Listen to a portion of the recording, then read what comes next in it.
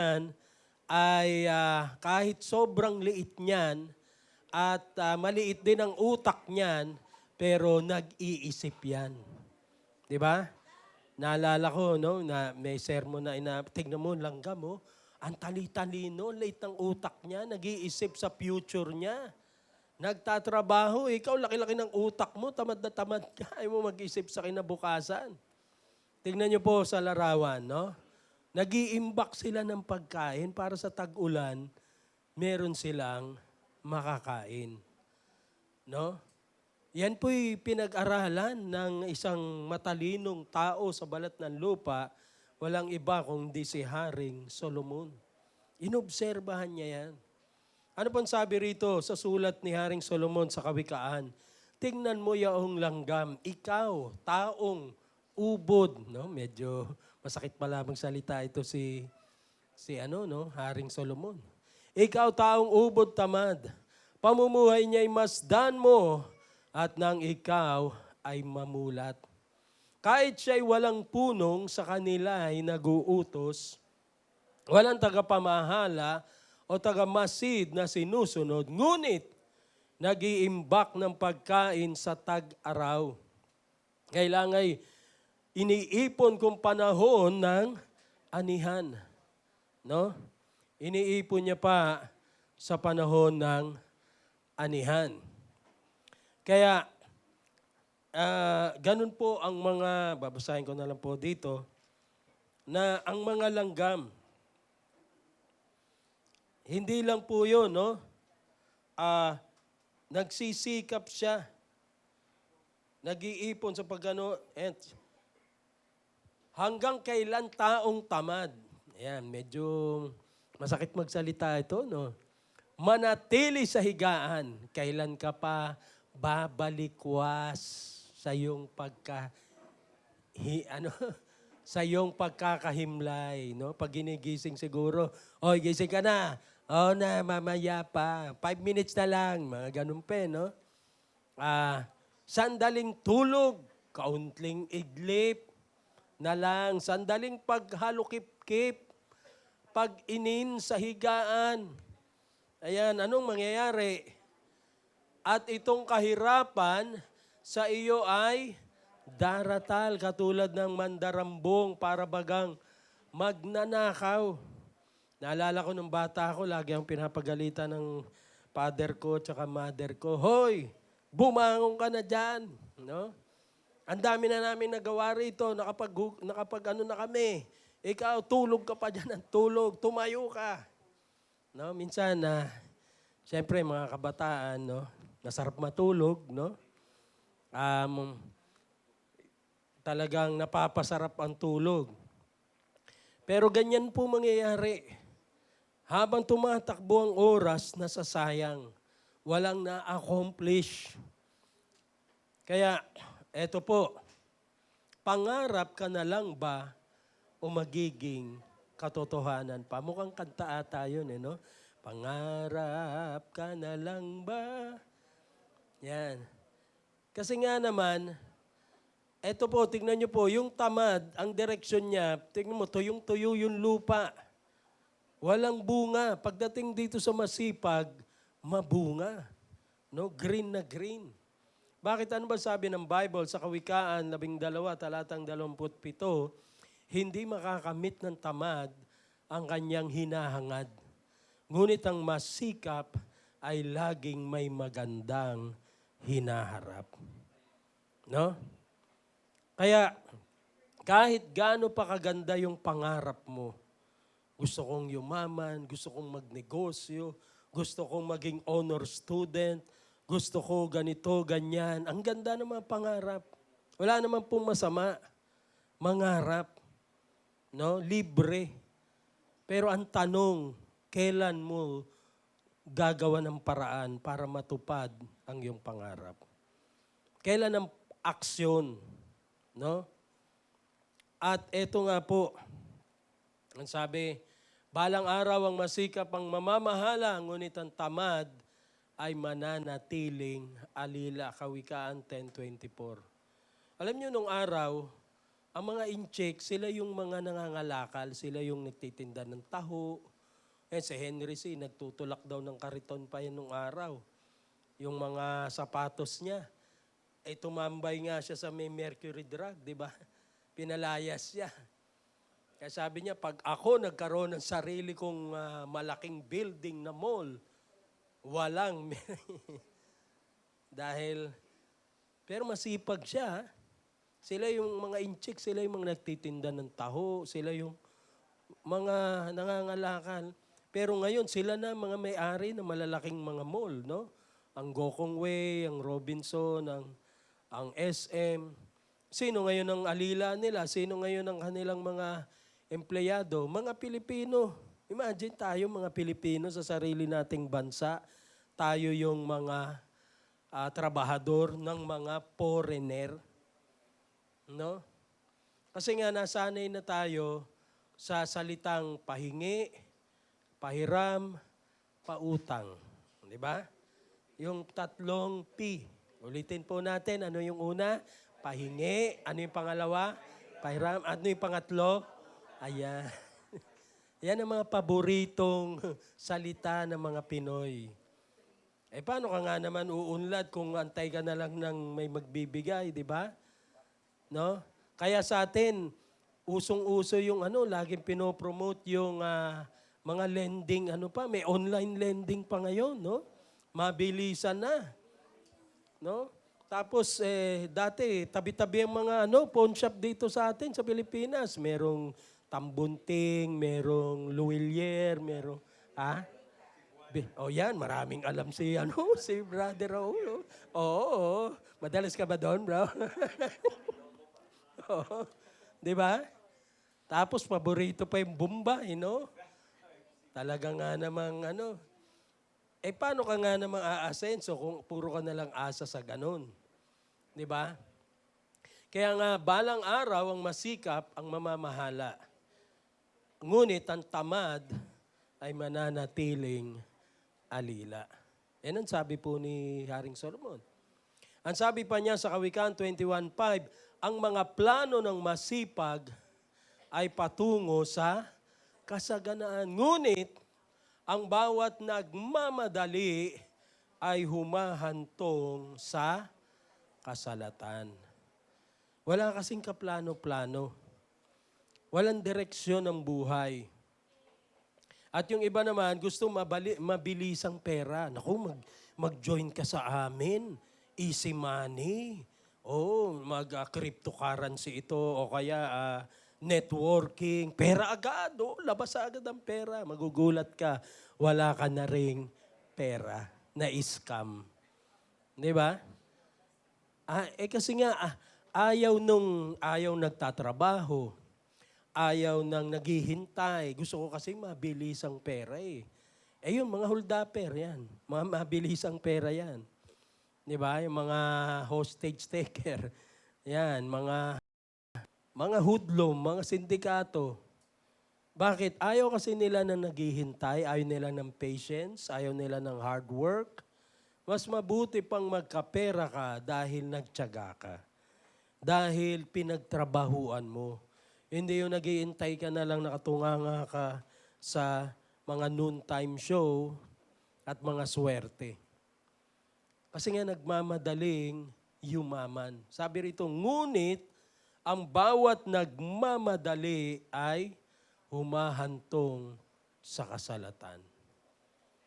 At isa pa sa prinsipyo ng Bible, mga Kawikaan 13:4, ang tamad ay nangangarap, ngunit hindi natutupad.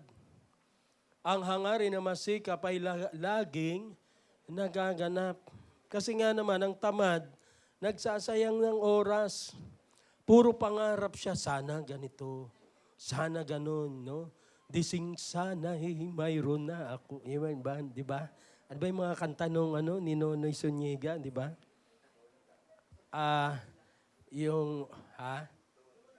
Doon lang, oo, di ba? Yung mga, yung maabot niya yung mga pangarap niya sana. Oo, kaso hindi ko natapos. O yun, di ba? Kung natapos ko ang... pag-aaral. Ba't di niya natapos? Tamad. Barkada. Di ba? Inom agad, no? Toma. Ayan, walang natupad na pangarap, no? Tapos may kanta pa nung araw, grade 1 lang, nabot ko. No read, no write pa ako, paano na? Di ba? Ha? Oo. Bakit na gano'n? Ba't naging grade 1 lang? Tama. Oo, sakay. Libre naman sa gobyerno, di ba, ang mag-aral. May ano yan, di ba? Scholarship, may subsidized ng gobyerno. Bakit hindi nakapag-aral? Tamad. Kaya kahit gaano ang kaganda ang ating pangarap, kung tinatamad tayo, hindi natin matutupad. Pero ang hangarin ng masikap ay laging nagaganap. Kailangan po magtrabaho ng may malinaw na plano. Plan your work. Alam nyo, meron nga pong security guard na tumatakbo siya, na inutusan, sabi, oy, pakikuha mo nga ito doon sa di takbo kagad siya. Tapos bumalik. Sir, ano nga ba yung pinapakuha nyo? Hindi ka pa ganito yung pinapakuha ko, di takbo na naman siya. Balik na naman. Sir, saan ko ba kukunin? Di ba bago ka magtrabaho, alamin mo muna, ano ba yung kukunin ko? Ano yung saan ko kukunin? Paano ko makukuha? Minsan tayo, sabi nga mas effective yung you work smarter than work harder. Maraming trabaho pero wala namang direksyon yung trabaho. No? Maganda nagtatrabaho ka, merong direksyon. Marami nga nagpatayo ng bahay, no? Asan ang CR? Bahala na, no? Asan yung parking? Asan yung right of way? Walang kaplano-plano. Kaya nga uso sa Pilipino, sa Pinoy, yung sige-sige gang, di ba? Bahala na gang, sige-sige Sputnik. Dahil walang kaplano-plano yung buhay. No? Di ba dapat bago ka gumawa, pinagpe-pray mo muna, pinag-iisipan mo muna. Dapat utak engineer egay dapat. Di ba? Ayan, pinromote ko pa. Hindi yan gumagawa ng hindi iniisip. No? Magkanong gastos, saan bibilin, matibay ba yan? Yung mga ganong utak, di ba? Oo, yung flood control nga naman, in-inspeksyon ni Presidente. Ano ba klaseng semento to? Nadudurog sa kamay ko. No? Mga ghost project. Sinasabing may project pero wala naman. Kaya sino napapahamak? Ang taong bayan. Kaya kailangan po sa pagtatrabaho may malinaw na plano. Maganda po pagising natin sa umaga, sulat mo na ano magagawin ko ngayon. Diba? Ano ba unahin ko? Ano ba priority? Kesa pagising mo sa umaga, cellphone ka kagad, naku, may chismis kagad, buntis na naman si Sino na naman yung kalaguyo? Diba? Naubos na yung oras. Ano na-accomplish mo sa isang araw? Chismis. O lalaro ka na lang ng Mobile Legend magdamag. O manonood ka na lang ng Korean telenovela. Wala kang na-accomplish. Nagsayang lang ng panahon. Diba? Di ba dapat maganda pagising sa umaga, mag-pray ka, mag-worship, read your Bible, and then sulat mo na anong gagawin ko, ano unahin ko, o anong priority ko. Diba? Anong proyekto dapat kong tapusin? From Monday, Tuesday, Wednesday, Thursday, Friday, ano yung gagawin ko? May direksyon. Plan your work. Sabi nga ni Benjamin Franklin, if you fail to plan, you plan to fail. Pag nabigo kang magplano, nagplano kang mabigo. Kaya napakahalaga ng nagpaplano. Di ba? Hindi yung kay sera-sera, no? What will be, will be. bahala na. Hindi. Planuhin mo. Ipag-pray mo. Ano ba ang priority mo? Kaya itong sabi ni Haring Solomon, pag-isipan mong mabuti ang iyong mga gagawin upang magtagumpay ka. Kawikaan chapter 4, verse 26. At sabi pa rito, sabi ni Pablo, kaya mag-ingat kayo kung paano kayo mamuhay. Huwag kayong mamuhay tulad ng mga mangmang, mga bobo, hindi nag-iisip. Kundi tulad ng marurunong na nakakaalam ng kalooban ng Diyos.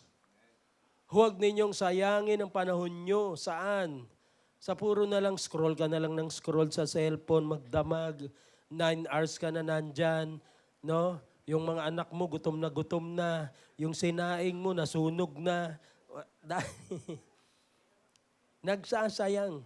Sabi rito, gamitin nyo ito sa paggawa ng mabuti dahil maraming gumagawa ng kasamaan sa panahong ito. Ephesians Kabanata 5, talatang 15 hanggang 16.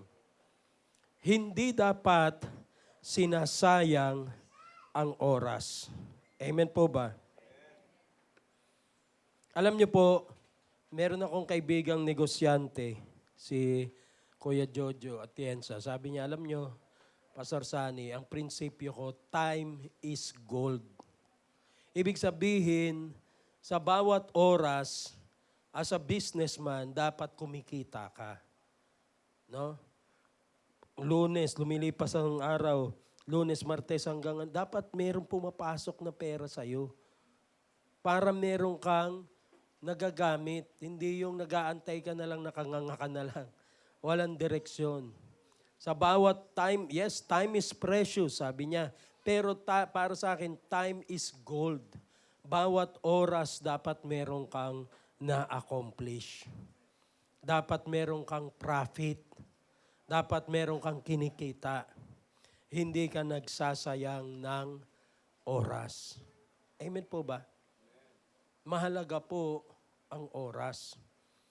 Kaya tatanungin din tayo ni Lord, pag umarap tayo kay Lord, anak, saan mo ginamit yung oras mo? May time ka ba sa akin? Nagpe-pray ka ba? Nagwo-worship ka ba? Umating ka ba sa church? Yung mga talento ko, pinaunlad mo ba? Ginamit mo ba? Na binigay sa'yo, talentong binigay ko sa'yo, karunungan binigay ko sa'yo, no? Pinagkatiwala ko sa'yo, yung mga anak mo, pinagkatiwala ko sa'yo, yung ganitong ministry, saan mo ginamit, no? Haharap tayo sa Diyos. Alam niyo ba, ang Diyos, hindi lang siya architect, hindi lang engineer ang Diyos, accountant din ang Diyos. No? Ia-account niya. Lahat ng binigay niya sa'yo, hahanapin niya yan. Saan mo ginamit? Sinayang mo lang ba oras mo sa walang kwentang bagay? Na bawat oras, bawat minuto, bawat araw, buwan, taon ay mahalaga. Naunawaan po ba natin? Dapat meron tayong nagagawang mabuti. Dapat meron tayong na-accomplish. Dapat nagiging innovative, creative tayo. If we want to be blessed, if we want to be successful, if we want to experience the blessing of God, hindi tayo dapat nagsasayang ng oras. Ayan ang gusto ni Satan, magsayang tayo lagi ng oras. Hindi naman po masama maglibang paminsan-minsan. Pero yung sinasayang ang bawat oras at minuto sa walang kakwenta-kwentang bagay, kumikembot lang sa TikTok ng magdamag. Wala ba tiyatamaan? Hindi naman si Raul nagtitiktok no? Ano ba, creative ba yon? Informative, inspiring? No? Entertaining yun, Brother Sunny. Pero alam niyo sa mga mayayamang bansa, hindi sila mas gusto nila yung hindi lang na-entertain sila, na-educate sila. No? Merong information. Meron silang natututunan. Okay. ang katangian ng tamad at masipag. Ayan po, nakikita nyo po sa larawan, yung isa nagluluto na, ang dami nang nagagawa. Yung isa naman, ano pong ginagawa? Ano po? Nakahilata. Ano? Yan. Yan ba yung typical na nakikita nyo sa bahay? No? Alala ko, pinapagalitan ako ni Papa, no? Tsaka ni Mama. Hoy, bumangon ka na dyan. Tinda ka na ng pandesal. Ayan. No? May pandesalan kasi kami, no? Kaya maagang-maagang titinda na ng pandesal. Sa madaling araw naman, nagluluto. Sa hapon, nagmamasa. Kailangan kumita eh. Wala kaming pagkain, di ba? Kailangan may ginagawa kaysa magdamag na kahiga. Ito po ang katangian, ang mga tamad, maraming dahilan. Ayan, maraming dahilan ang tamad. Tignan nyo naman. Oh, ang lusog-lusog, no? Ang sarap kurutin. Tumataba na ng kauupo. Wala nang exercise. Alam nyo, mga tamad, marami pong dahilan. Ito po, sa Kawikaan chapter 22 verse 13, ang tamad ay ayaw lumabas ng bahay. Bakit daw? Ang dinadahilan may leon sa daan. Baka makagat ako eh. Hindi ba? Baka, hindi pa aso, no? Leon pa para mas valid ang reason. Ang daming dahilan. Utusan mo lang bumili ng mantika. Layo-layo naman, nakakapagod, ang init-init, di ba? Maraming, kahit wala namang dadahilan. Meron mga ganun, masyadong negative. Magtrabaho ka, kung hindi ako matanggap. Magnegosyo ka, kung malugi. Mag-abroad ka, kung makras yung aeroplano, no? Bigyan mo na lang ng lason, inumin mo itong lason. Kung hindi ako mamatay. Joke lang. No? Halos lahat na may dahilan eh. No? Kaya, wala talagang mararating kapag maraming dahilan. Ano pong salaway kain ng mga Pilipino? Kung gusto, may paraan. Kung ayaw, may dahilan. Ang tamad na aso, di makasumpong ng buto. Kaya yung iba, kaya namang gawin, ayaw lang. Di ba? Kasi kung gugustuhin mo, gagawa mo ng paraan eh. Kaya nga, kahit gaano pa kalayo yan, kahit gaano pa kataas yan, kung meron kang determinasyon. Alam niyo, may nakikita ako nga lumpo siya, pero nagtitinda. Sa lumalabas, nagtitinda siya. At meron nga, bingi, pero nagtatrabaho. Meron nga, normal naman yung katawan, pero namamalimos. No? Pwede naman maging bouncer sa o pwede naman siya maging janitor. Nakakalungkot. Ganyan po kasi. At ano pang sabi ng salawikain ng Pilipino, malayo man, malapit rin, pilit pa rin mararating. Kung gugustuhin mo, kakayanin mo. Di ba? Kung marami kang dahilan, talagang wala kang mararating. Kapag may tinanim, may aanihin. Daig na masipag ang maagap. Maaga ka nga, hindi ka naman masipag. Pero ito nga po, pag may tinanim, may aanihin. Pag may dineposito, may mawi-withdraw. Meron daw pumunta sa ATM. Tapos pindot siya ng pindot. Ba't walang lumalabas na pera? Di tinuktok-tok-tok niya, hindi pa niya pa. Tapos tinawag yung guard, sira ata yung ATM nyo. Sabi ng guard, sir, nag-deposit po ba kayo? Hindi. Wala pong sira ang ATM, kayo po ang may sira. No? Minsan ganun, di ba? Nag-i-expect ka ng mawi-withdraw. Nag-i-expect ka ng may blessing na darating. Wala ka namang tinatanim. Wala ka namang dinideposito. Kaya nga pinag-aaralan natin ang binhi ng pagpapala. Magtanim ng pagsunod sa Diyos, magtanim ng kasipagan, at meron kang aanihing pagpapala. Huwag po natin gayahin yung tradisyon ng mga Pilipino na nag-aantay ng swerte. No? Kapag negosyante ka, sasabihin sa'yo, "Uy, maglagay ka ng pusa doon sa pintuan ng negosyo mo," yung gumaganong-ganon, no? Kasi pampaswerte yun, pampalapit ng ano. O kaya yung malaking tiyan na laping Buddha, yung mga ganon. Mga kapatid, hindi ka uunlad doon lang sa mga anting-anting o swerte o pampaswerte. Uunlad ka kapag masipag ka. Amen? Kapag nagtitiwala ka sa Diyos, kapag nagpaplano ka, kapag nagtatrabaho ka ng mabuti. Kaya napakahalaga, ulitin natin, malayo man malapit rin, pilit pa rin mararating. Kapag may tinanim, may aanihin. Daig ng masipag ang maagap. Alam niyo po, palabigay ang masipag, palahingi ang tamad. Naranasan ko po, nagtrabaho po ako, napunta ako ng Hong Kong. Nakapunta rin po ako ng Singapore. Nakausap ko po doon ng mga domestic helper, mga Pilipina. At ang sabi ko, bakit po ba rito may nababalitaang nagsisuicide ng mga domestic helper? Lumulundag from fifth floor. Papakamatay. Yung iba nagpapasagasa na lang. Bakit ba? Kasi ganito po yon, pastor, sabi sa akin. Biriyo mo, nagtatrabaho kami dito sa Hong Kong o Singapore.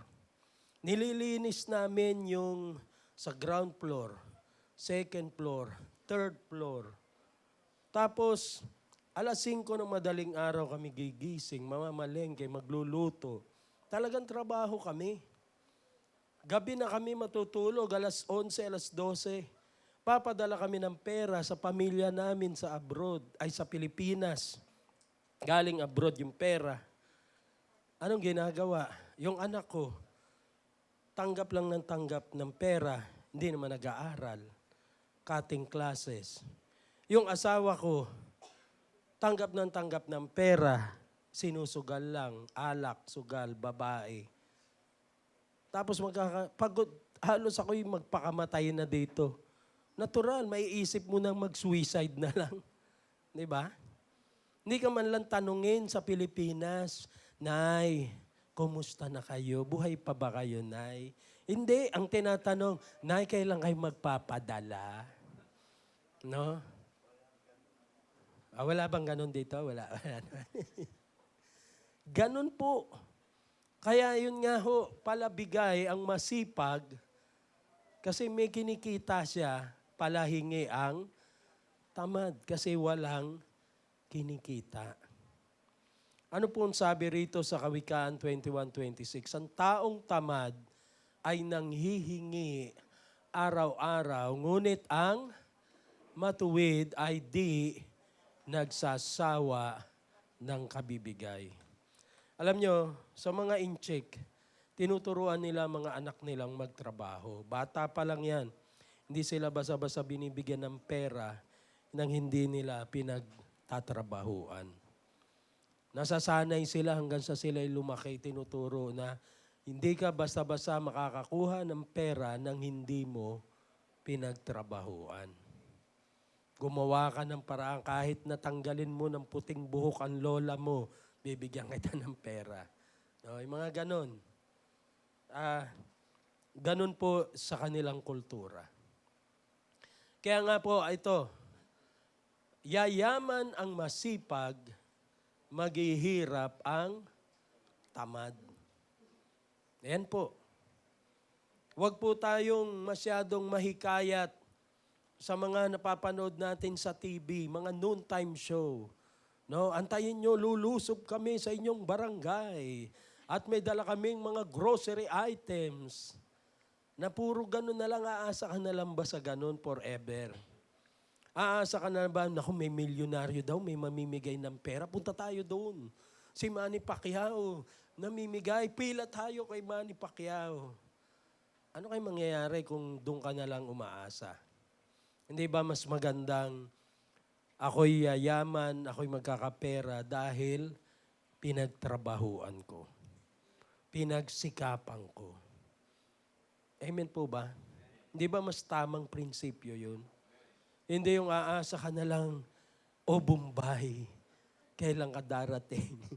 Tapos sa bayaran, kawawa. Biruin mo 5-6, no? Kaya marami akong kilalang gano'n, negosyante. Baon na baon sa utang. No? Halos daliri na lang daw nakikita sa kanila. Pambayad sa utang, uutangin niya pa. Lalo niyang pinahirapan kasi nga gusto mabilisang pera.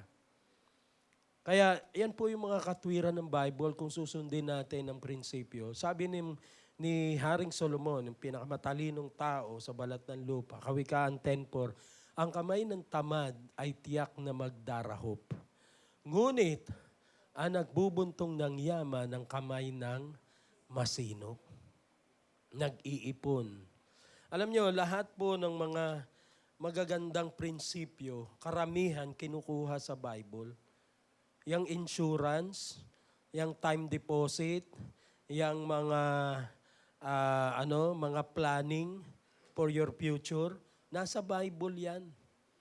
Kahit nga mga pulis kumukuha ng mga strategy at mga sundalo, no? Bago sila lumusob sa gera, paanong preparation, ang mga wisdom, punong-puno ng wisdom ang Bible.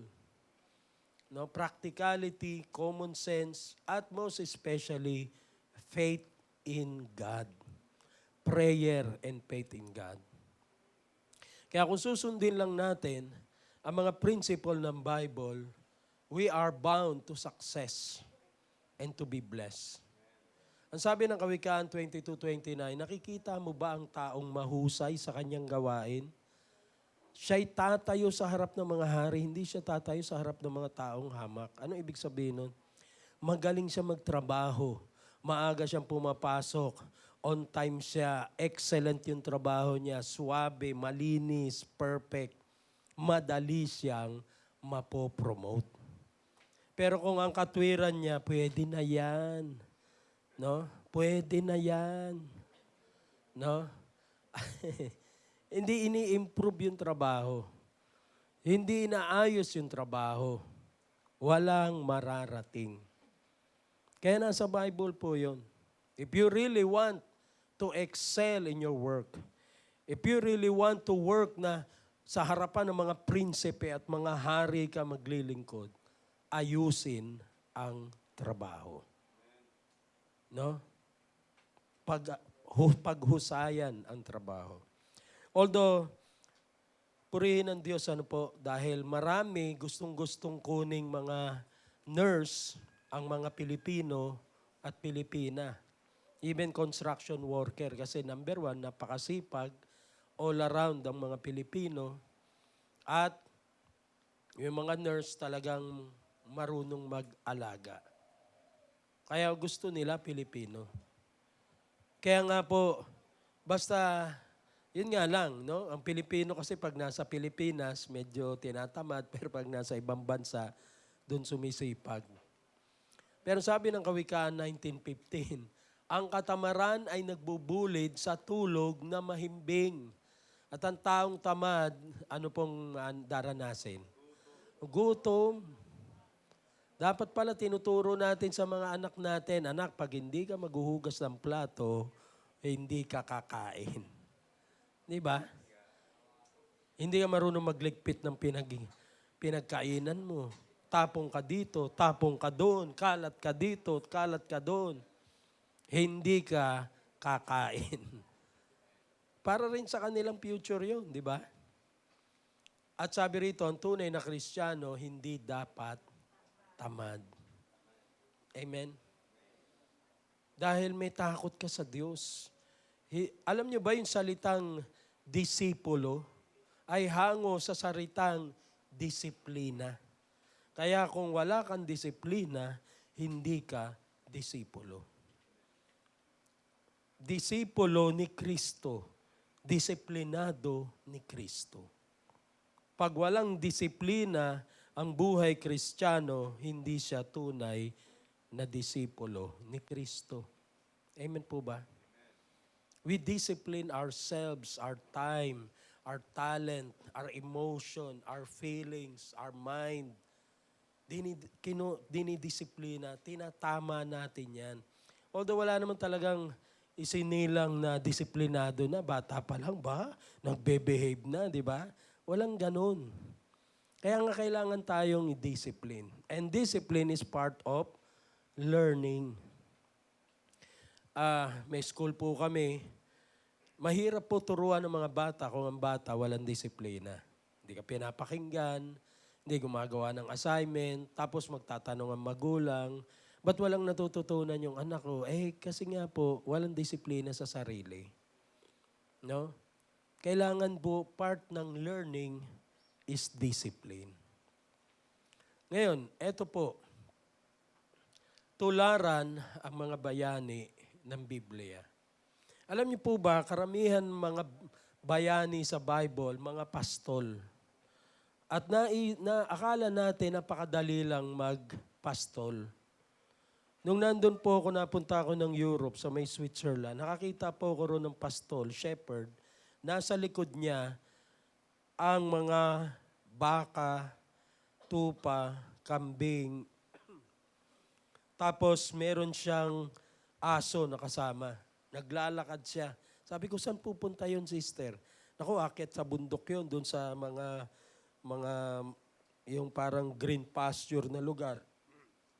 Mag-i-stay siya doon for 3 days. Babantayan niya yung mga hayop, pakakainin niya, alagaan niya. Ang hirap pala. Kasi sabi nga ni Jacob, ang mga shepherd, yung dinanas niya, 20 years siya nagtrabaho kay uncle na niya na si Laban, sabi niya sa umaga, ang init, tirik ang araw. Sa gabi naman, sobra ang lamig. Tapos, ang mawala dyan sa isa, mapapagalitan ka. Kaya nga si David, alam niya kung paano mag-alaga ng mga tupa. Na kahit mawala ang isa, hahanapin. No? Kasi, yun cargo mo yun Kaya hindi po madali yung mga bayani ng Bible, bago sila maging heroes of the Bible, ay they live a life of hard work. At sabi nga po dito sa Hebrews chapter 6 verse 12, kaya't huwag kayong maging tamad. Tularan ninyo mga taong dahil sa kanilang pagtitiis at pananalig sa Diyos ay tumanggap ng pinangako niya. Sa panahon natin ngayon, may mga nagtuturo mga modern preacher. Brother Sunny, by grace na tayo ngayon, not by works. Anong ibig sabihin? Tamad na tayo? No? May mga ganun po ang paniniwala. Huwag mong turuan ng mga taong maging submissive and obedient sa Diyos. Kasi by law yan. Naligtas tayo, hindi sa gawa. Pero sa pananalig, totoo, sa biyaya tayo naligtas. Pero hindi dahil sa biyaya, magiging tamad tayo. Kung talaga nabubuhay tayo sa biyaya, dapat nagsisikap tayo sumunod sa Diyos. Hindi nga tayo naligtas ng mabuting gawa, pero dapat tayong gumawa ng mabuti dahil ligtas na tayo. Amen po ba? Isang katibayan na ligtas ka na, binago ka, pinatawad ka, yung nagpapakita ka ng mabuting gawa. Hindi po para maging tatamad-tamad. Ito po, magtrabaho ka. Ayan po ang utos. Utos ng Diyos, utos ng mga apostol. Kaya kami kamay, may paa, para magtrabaho, para gumawa. Ano pong sabi dito sa unang mga taga-Tesalonica, Kabanata 4, talatang 11 hanggang 12? Pagsikapan ninyong mamuhay ng tahimik, pakialaman ang sariling gawain. Na huwag nyo nang pakialaman yung buhay ng ibang buhay. At sabi rito, magtrabaho kayo upang mabuhay tulad ng tinuro namin sa inyo. Dahil dito kayo ay igagalang ng mga hindi mananampalataya at hindi kayo aasa sa iba para sa inyong ikabubuhay. Kasi hindi ka talaga irerespeto kung hingi ka na lang ng hingi, asa ka na lang ng asa, kailan ka magtatrabaho. Darating dapat ang time, hindi na ikaw yung binibigyan, ikaw na yung nagbibigay. Hindi na ikaw yung nangungutang, ikaw na yung diba? Hindi na ikaw yung tinutulungan, dapat dumating sa time, ikaw na ang, ibig sabihin, nag-i-improve ka, nagmamature ka, nade-develop ka. At ito pa ho, sabi ng unang mga taga-Thessalonica, Kabanata 5, talatang 14, turo to ni Pablo sa church sa Thessalonica. Mga kapatid, pinakiusap din namin sa inyong pagsabihan ang mga tamad. Pasiglahin ang mahihinang loob. Kalingain ang mga mahihina, pagtiyagaan ninyo silang lahat. Ibig sabihin, alam mo kung paano i-deal iba't ibang ugali ng mga tao. Pag mahina, tulungan mo. May sakit, tulungan mo. Palakasin mo. Pag mahina ang loob, encourage mo. Pag tatamad-tamad, pagalitan mo. O pagsabihan mo. Di ba? Kaya, sabihin nyo nga sa katabi nyo, huwag pakainin ang ayaw magtrabaho. Iwasan ang tamad, tularan ng masipag. Bakit po ba sinabi ni Pablo yan? Kasi nga naman, pagkasama mo ang tamad, aasa lang sa iyo yan ang aasa. No? Magagatasan ka, mauubusan ka niyan. Baka ubusan ka na ng dugo niyan. No? Parang wala nang ginawa kundi umasa sa'yo. Mas mabuti pa iwasan mo na lang siya. Pero i-encourage mo siya, turuan mo siya. Pero tularan mo yung taong umuunlad, masipag, successful. Imbis na mainggit ka sa kanila na umuunlad sila o yumayaman o pinagpapala, tularan mo na lang. Mingi ka ng tips, advice. Ano bang ginawa mo? Ba't umunlad negosyo mo? Kaysa mainggit. Ang sabi rito, mga kapatid, iniutos namin sa inyo sa pangalan ng Panginoong Jesucristo na layuan ninyo ang sinumang kapatid na tamad at ayaw sumunod sa mga tinuturo namin sa inyo. Hindi ako nagsabi niyan, si Pablo. Bakit? Ano po ang sabi? Ayan. Nagtrabaho kami araw, gabi upang hindi makabigat kanino man sa inyo. Imagine si Pablo na yan, ha? Apostle, hindi siya tatamad-tamad. Man of God. Sa panahon natin ngayon, may mga bodyguard pa, di ba? May taga-buhat ng bag, may taga-payong, may taga-paypay, no? Taga-Davao ata yun, no? Chosen son of God ba? Appointed. Yun. Sabi ni Pablo, nagtrabaho kami araw-gabi kasi may tent-making business si Apostle Paul. Upang hindi makabigat sa kanino man sa inyo.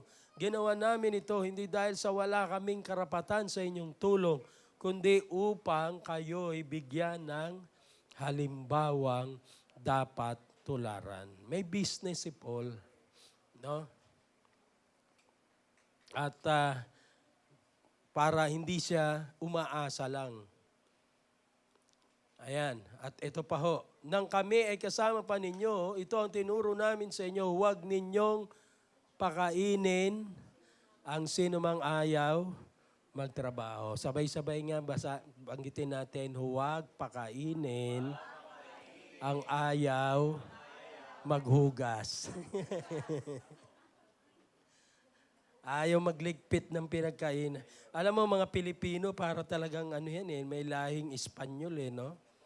mga senyorito, senyorita. Wala namang pinapasweldong yung nanay, si tatay, ginawang katulong. No? Wala naman sweldo si nanay at si tatay.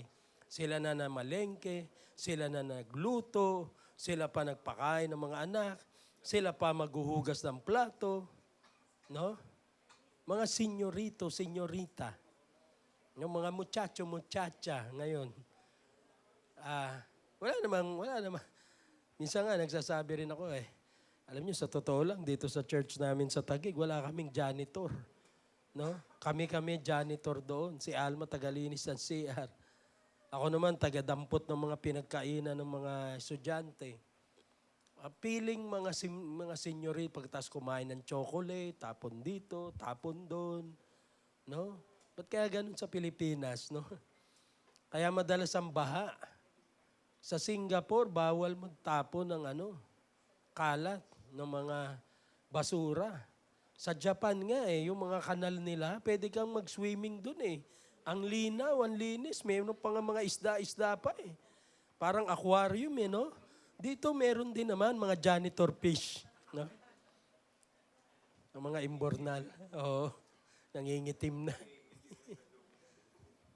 Bakit? Kasi nga, walang disiplina sa sarili. Nagtayo ng bahay, wala namang CR, walang poso negro, diretso sa ilog yung dumi. Di ba? Ayan, nangyari. Kaya po, sabi ni Pablo, binanggit namin ito dahil nabalitaan naming may ilan sa inyong ayaw magtrabaho at walang inatupag kundi ang makialam sa buhay na may buhay. Anong tawag doon? Marites. Maray, mag-usap naman tayo. Sino naman ang gigisahin natin ngayon, no? Sino naman pag-uusapan natin? Si ano? Oo, si ano. No? Iba na naman ang kinakasama. Naku, ganyan-ganyan. Ang pangit-pangit naman, Oo nga, Mare. Ganyan. Talaga. Nagsasayang lang ng oras ka at chichismis. Ba't di na lang magtrabaho? Sabi ni Pablo, gusto ko magtrabaho na lang kaysa mag-ubos ng oras sa chismisan. Sabi rito, walang inaatupag kundi makialam sa buhay na may buhay sa pangalan, pero ginamit niya pa pangalan ni Jesus, sa pangalan ng Panginoong Jesucristo, parang nagpapalayas ng demonyo, no? Mahigpit namin inuutos sa mga taong ito na sila ay maghanap buhay ng maayos. At huwag umasa sa iba. Huwag lang pahingi. Ano yung 3 P na paborito? Pahingi, pahiram, pautang. Di ba? Ayan po ang katwiran ng mga tamad. Pero wala naman dito noon. Amen po ba? Masisipag tayong lahat. Amen. Palakpakan natin si Lord. By faith, ha? Kaya magtrabaho ng maayos, sumating sa tamang oras, pagbutihin ang gawa, maging tapat sa tungkulin at mga respeto, pasakop sa mga namumuno. Pasakop tayo, sino man ang boss mo, employer mo, teacher mo, pastor mo, learn to submit to authority. Imagine nyo kung walang authority. Punta ka sa isang barangay, walang barangay captain, walang barangay tanod, walang police authority. Anong mangyayari? Magulo, 'di ba? Kailangan may someone na may authority and leader para magkaroon ng kaayusan. Okay, tignan po natin dito. Sa paaralan, mga estudyante, makinig kayo maigi. Sino mga estudyante? Taas ang kamay. Mag-aral upang ipakita ang sarili na subok sa Diyos, isang manggagawa na hindi kailangang mapahiya. Diba? Sa Tagalog King James po yan ang 2 Timoteo 2:15. At pangalawa, sa kumpanyang pinagtatrabahuan. Sino po rito ang mga empleyado? Taas nga po ang kamay, mga nagtatrabaho. Ayan, ano pong sabi rito? Mga alipin, medyo wag tayo ma-offend, Pero hindi na applicable yung word na alipin sa atin, kundi mga empleyado. Ayan. Sundin nyo sa lahat ng bagay ang mga amo nyo rito sa lupa. Bakit? Dahil sila nagpapasweldo. Hindi lang dahil nakatingin sila at nais ninyong malugod sila sa inyo. Kundi, ano pong sabi? Teka lang, nawawala tayo. Kundi gawin ninyo ito ng buong puso at may takot sa Panginoon. Ano man ang gawin nyo? Gawin nyo ito ng buong katapatan na parang ang Panginoon ang pinaglilingkuran nyo at hindi ang tao. Bakit? Kasi pag ginagawa nyo yon with sincerity para kay Lord, nape-perfect yung trabaho. At matutuwa pa yung amo mo. Sasabihin, ang sipag talaga ng mga basta born again sa land church. Meron ka pa bang kagaya mong kasipag, no? Gusto ko nga ma-hire yung mga ganyan. No? On time pumapasok, excellent, maayos ang magtrabaho, magalang, marespeto. Gusto ko ganyan ng mga empleyado ko. Dahil because you work and you're doing the best of your work, doing it for the Lord, not for men. At ano pa hon sabi? Alam naman ninyong may gantimpala kayong matatanggap sa Panginoon dahil si Kristo na Panginoon natin ang siyang pinaglilingkuran nyo. Huwag niyong isipin na nagtatrabaho ko dito sa amo kung masungit na unbeliever. Hindi. Ginagamit siya ni Lord para i-bless ka, magkasweldo ka, may pambayad ka ng renta sa bahay, pagkain nyo araw-araw. E di, serve that person with all your best, with all your strength. Di ba? Kasi siya ginagamit ni Lord para i-bless ka. Kaya sabi, ayan, alam naman ninyong may gantimpala kayong matatanggap sa Panginoon dahil si Kristo, ang Panginoon natin, ang siyang pinaglilingkuran ninyo. Ang sinumang gumagawa ng masama ay parurusahan ayon sa kasalanan niya dahil ang Diyos ay walang pinapaboran. Colossians 3:22-25. Tignan niyo po si Daniel. Si Daniel, na puro promote siya bilang prime minister kasi mahusay siya magtrabaho. Yes, ang boss niya, si Nebuchadnezzar, unbeliever, malupit, masama, pero dahil excellent siya magtrabaho, na si Nebuchadnezzar, na-impluensyahan niya pa, na manalig sa Diyos niya. No? Because of good character, good performance sa trabaho. Kaya kung meron man kayong unbeliever na mga customer, kliyente, na nakikita ang galing nyo magtrabaho, mas madali nyo pa silang maaakay sa Panginoong Hesukristo. Amen po ba? If we will always show a good behavior. At sa negosyo naman, ayan, alam nyo ba sa Bible, marami negosyante sa Bible. Si Pedro, negosyante yan eh. Mangingisda. Si Apostol Pablo, negosyante yan, gumagawa ng tent. Kaya sa pagnenegosyo, hindi against ang Panginoon. Katunayan, sa Kawikaan 31:17-18, ito yung tungkol sa virtuous wife, sa isang asawang matuwid na may takot sa Diyos. Sabi niya, malakas, masipag, at mabilis siyang gumawa. Magaling siyang magnegosyo at matiyagang nagtatrabaho hanggang gabi. No? Kaya naniniwala ako meron lang ho tayong ganong karakter.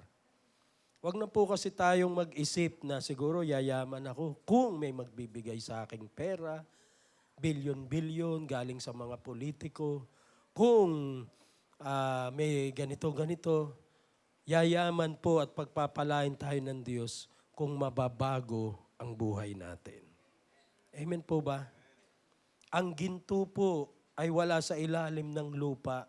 Ang ginto ay nasa attitude and character natin. Doon may ginto. The way you work, the way you perform your work, in your prayer, in your hard work, na nagpaplano ka, nag-iisip ka, yun ang ginto. Hindi mo na kailangan maghukay ng malalim sa lupa para makakuha ng mga ginto. May ginto sa pagsunod sa Diyos. May ginto sa pagiging masipag sumunod sa Diyos. Amen po ba? Nandun po ang treasure. At ito po ang challenge ko sa inyo. Dito na po tayo magtatapos. Magtanim ng binhi ng kasipagan upang umani ng pagpapala. Doon po sa librong yon may self-evaluation. Ano yung sinusunod ko sa Panginoon? Saan na ako ngayon masipag? Nagpaplano ba ako? You can evaluate yourself. Huwag na po nating evaluate yung ibang tao kasi yung ibang tao hindi naman na natin kayang baguhin yan eh. Yung sarili natin, kaya nating baguhin. Let us not waste our time evaluating our neighbor, observing our neighbor, criticizing our neighbor. Let's evaluate ourselves. Let's correct ourselves. Let's improve ourselves. Amen po ba? At yung sarili natin, pag nakita nila na may pagbabago tayo, may direksyon tayo, nagpaplano tayo, sumusunod tayo sa Diyos, I believe magbabago na rin sila dahil sa magandang halimbawa natin. Amen po ba? Kaya ho, sino rito ang gustong pagpalain ng Diyos? Taas po ang kamay. Magtanim tayo ng kasipagan. Masipag kang mag-pray, magsipag kang alamin ang kalooban ng Diyos sa iyo sa Bible, masipag kang magtrabaho, kung ikaw ay empleyado, masipag kang magnegosyo kung meron kang business, masipag kang estudyante sa pag-aaral. Tumayo po tayong lahat. Alam nyo, even Jesus Christ, tinuturo sa atin ito ng Panginoong Hesukristo. Alam nyo ba si Jesus, hindi siya pumunta rito sa lupa para paglingkuran. Hindi siya nakaupo lang sa trono. Siya po ay naging karpintero. No? Gaano ba kahirap ang maging karpintero? Ito, karpintero ito si Raul eh. Gaano ba kahirap ang karpintero? Ano po, talagang mabigat ang maging karpentero. Unang-una, bilad ka sa araw. No, minsan, napupukpok mo pa yung mga kamay mo. Talagang pag-uwi mo ng bahay, magapa yung kamay mo. No, minsan, nalalagari mo rin yung kamay mo. O pag, mabigat ang maging karpentero. Unang-una, talagang, kaya hard siya. Talagang magpapawisan ka talaga bago ka kumita. Pero glory to God dahil sa biyaya talaga ng Diyos, kapag kasama mo talaga, Lord, gumagaan ang trabaho. Amen. Kaya si Jesus Christ, mga kapatid, karpentero din. Ang ating Panginoong Hesukristo. Si Jesus, nung namatay yung tatay niya, si Joseph, siya na ang panganay, siya na bumuhay sa mga kapatid niya sa pamamagitan ng pagiging karpentero. Mga kapatid, lahat po tayo ay gustong-gusto ni Lord bibigay ang blessing.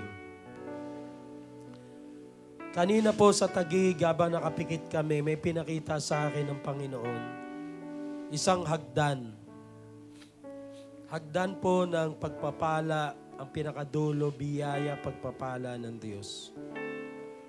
Pero bago po tayo makarating doon sa ating goal in life, success, blessing, victory, meron pong mga hahakbangin tayo. Yung hakbang ng pagsunod, willing kang sumunod sa Diyos. Yung pangalawang hakbang ay pagiging masipag. Hard work. Kailangan po natin yun. Amen po ba? And I believe, bibigyan tayo ni Lord ng lakas para makayanan natin marating natin ang magandang kinabukasan ng ating pamilya, ang biyaya at ang pagpapala, hard work, diligent. Tularan natin ang mga man of God, ang mga taong natamo ang pinangako ng Diyos sa pagtsatsaga at sa pananampalataya. Tayo po yumuko at pumikit. Sa oras pong ito, tignan niyo ang Panginoong Yesus. Naging masipag siyang karpintero, nagtrabaho. At gusto ng Panginoon na tayong lahat ay maging masipag din upang makamit natin ang ating mga pangarap. Habang nakayuko po tayo at nakapikit, I want you to see the Lord Jesus na naghihintay sa iyo, na merong mga hagdan kang dadaanan bago makarating sa Kanya. At ito ay hagdan ng pagsunod, hagdan ng pagsisikap, ng pananalig sa Kanya. And you will meet Him and experience His blessing. Gustong-gusto kang pagpalain ng Diyos. Ang sabi ng Bible, si Jesus ay naging mahirap upang ikaw ay yumaman. Inako niya ang iyong sumpa ng kahirapan sa krus upang matanggap mo ang pagpapalang katulad kay Abraham. Tinubos ka niya sa kahirapan upang makamit mo ang kanyang pagpapala. Taas niyo po ang inyong kamay. Sabihin niyo, Panginoong Diyos, Panginoong Diyos, susunod ako sa iyo. susunod ako sa iyo. Maglilingkod ako sa iyo. Maglilingkod ako sa iyo. Naniniwala ako, Naniniwala ako, makakabangon ako makakabangon ako sa kahirapan. sa kahirapan. Pasasaganahin mo ang aking buhay Sasaganahin mo ang aking upang ako'y maging matulungin, upang ako'y maging matulungin mapagmahal magmahal sa aking kapwa, sa aking kapwa. maging inspirasyon Maging inspirasyon sa maraming tao. sa maraming tao. Salamat po, O Diyos. Salamat po, Diyos. Hallelujah.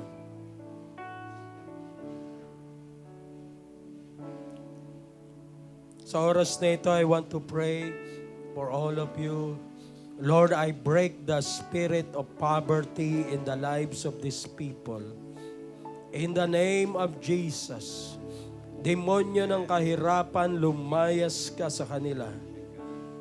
In Jesus' mighty name, I release you from the spirit of poverty, that you may experience blessing in Christ. Na ikaw ay pagpapalain ng Diyos, pasasaganain ng Diyos, gagabayan ng Diyos. In the name of Jesus. And I pray, Lord, let your healing touch flow sa mga may sakit karamdaman. Palakasin mo sila mula ulo hanggang talampakan. Maranasan nilang iyong himala, ang iyong kagalingan.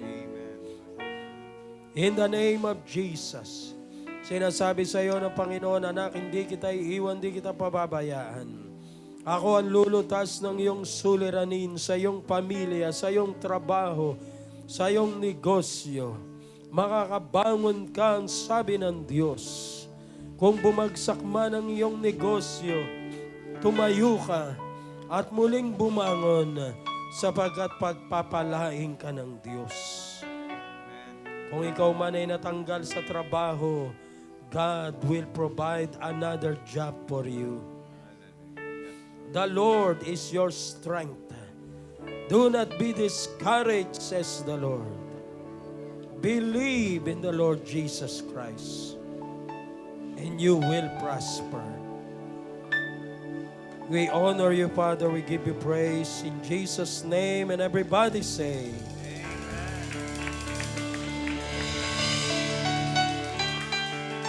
Praise the Lord. Let's give God praise. Heavens open as we sing your praise. Thank you, Lord, na sa amin pong pagtatanim ng binhi ng kasipagan, kami po ay pagpapalain nyo. Amen? Amen. Kaya minsan pa, shout